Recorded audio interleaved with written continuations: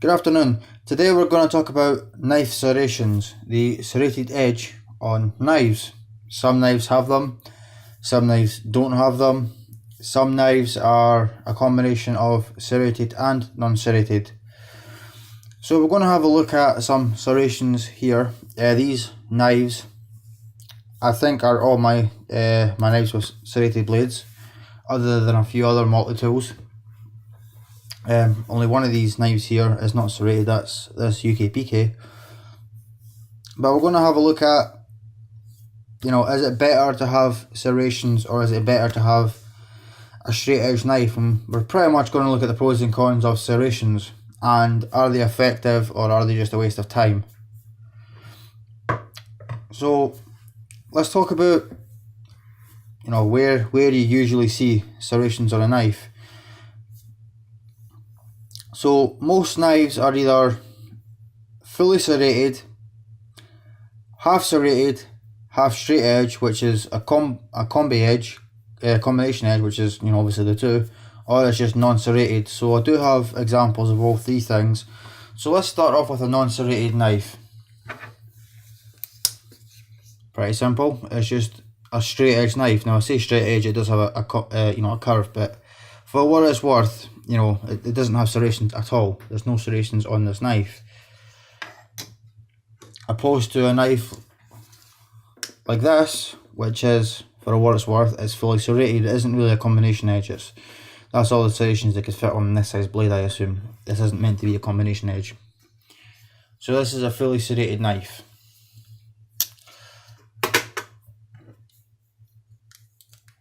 And this is what I'm talking about when I talk about a combination edge. It has serrations on this portion here, and it's a straight edge, or a plain edge I should say, from this point onwards. Now if I turn the knife around, you get a better look at it, because serrations are usually only sharpened on one side. So for the most part, I suppose you could say serrations are chisel ground. And different knife companies make their serrations differently. This is a Mora knife. This is kind of a combination edge. It's more serrated than not, but this is a plain edge, so I suppose this could be a combination knife. As you can see, Mora does their serrations very different from Spyderco. Now, speaking of which, in my opinion, Spyderco does the best serrations. It's just my opinion. I think they cut well, although I've never really used it for anything practical. I've only used it to slice paper, just as a test. I don't really use my Spydercos. Now in the case of multi-tools, again, it's usually either a combination edge, but some multi-tools have two blades. So here's the plain edge, and here's the serrated edge. Now in my opinion, this is a better way of doing it over a combination edge. Personally, I'm not really a fan of combination edges, but I do like to have some. Now, usually on combination edges, the serrations are at the back. Although for whatever reason, Victorinox likes to be different. I can't really understand why, but their serrations are at the front, and their plain edge is towards the handle of the knife, which is a very odd way of doing it. I've never seen any other knife company or multi-tool company doing it that way. It's usually either the serrations are the other way around, as you can see here on the Leatherman, it's two separate blades, or it's just fully plain edged or fully serrated. And Victorinox seems to have done this on most of their multi-tools that they've put serrations on, unless it's fully serrated. It's the same thing here, if I can find it, with this Swiss Tool Spirit. Now, we've got that out of the way. Are serrations any good? Yes and no. If they're done properly, they're actually pretty good, and if they're sharpened properly, they're excellent. Now on cheap knives, I've found serrations to be absolutely crap, but then again, it's a cheap knife, so that goes without saying. But on something like a Spyderco, I absolutely love these serrations. There is a bit of a pattern. Now, I assume there's names for the different patterns of serrations, the same as there's different names for different blade grinds and different blade shapes, so I don't really know the name of the patterns of the serrations. It's not something I've really been all that interested in. Maybe I'll look into it in the future. But what I found is, on these Spydercos, the serrations are so good, you can put one single serration in a piece of paper and slice straight down. Now you cannot do that with a cheap knife, with poorly sharpened serrations. These serrations are excellent. Now as you can see here, this knife is in mint condition, or almost mint condition. I've never actually used it other than to slice some paper. Reason being, one, Spydercos are expensive, and two, I don't have a bloody clue how to sharpen them.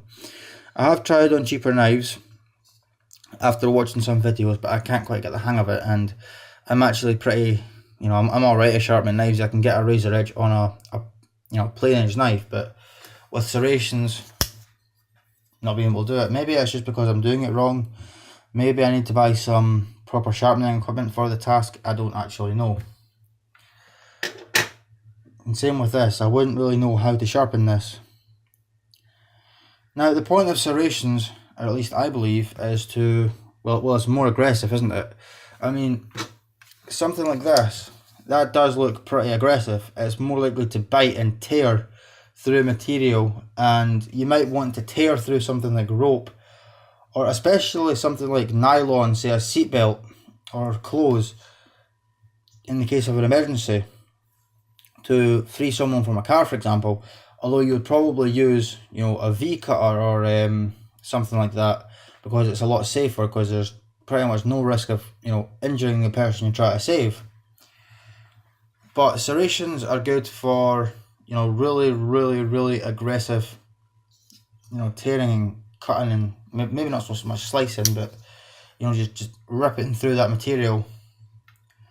But because it rips through it, it does make quite a mess of it, so you're not going to get a clean cut with serrations like you would with a finely honed straight edge or plain edge.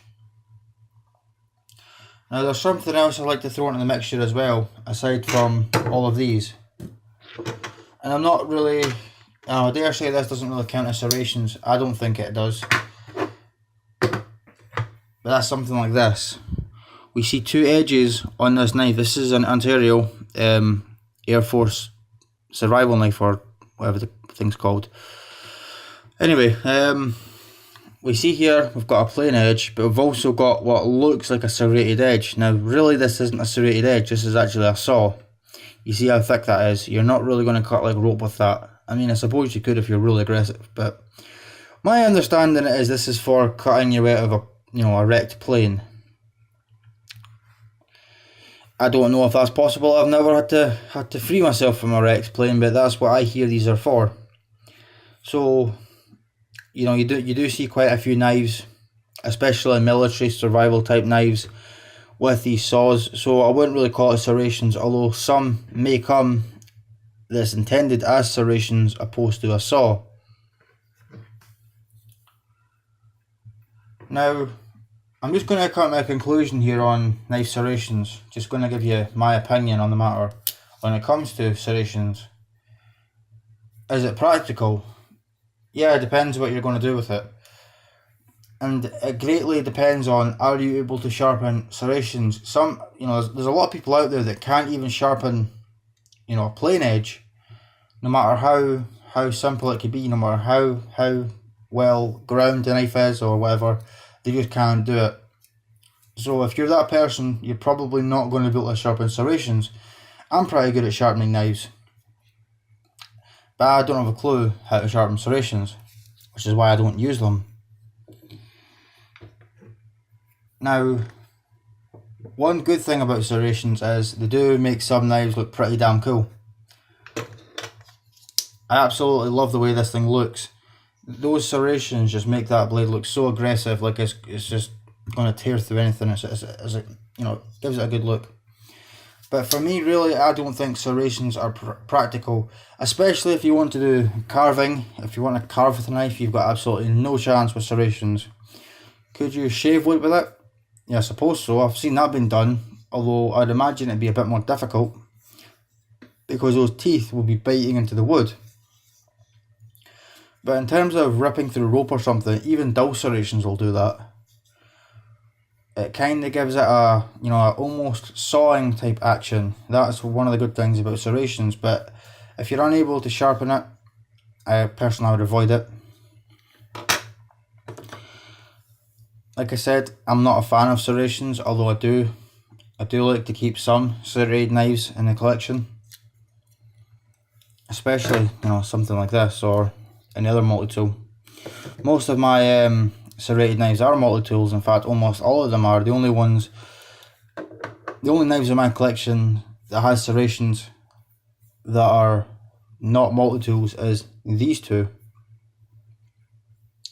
But that's pretty much all I've got to say on the matter. So I hope you enjoyed it. I hope you found it useful. Thank you for watching, and please comment, rate and subscribe. See you soon.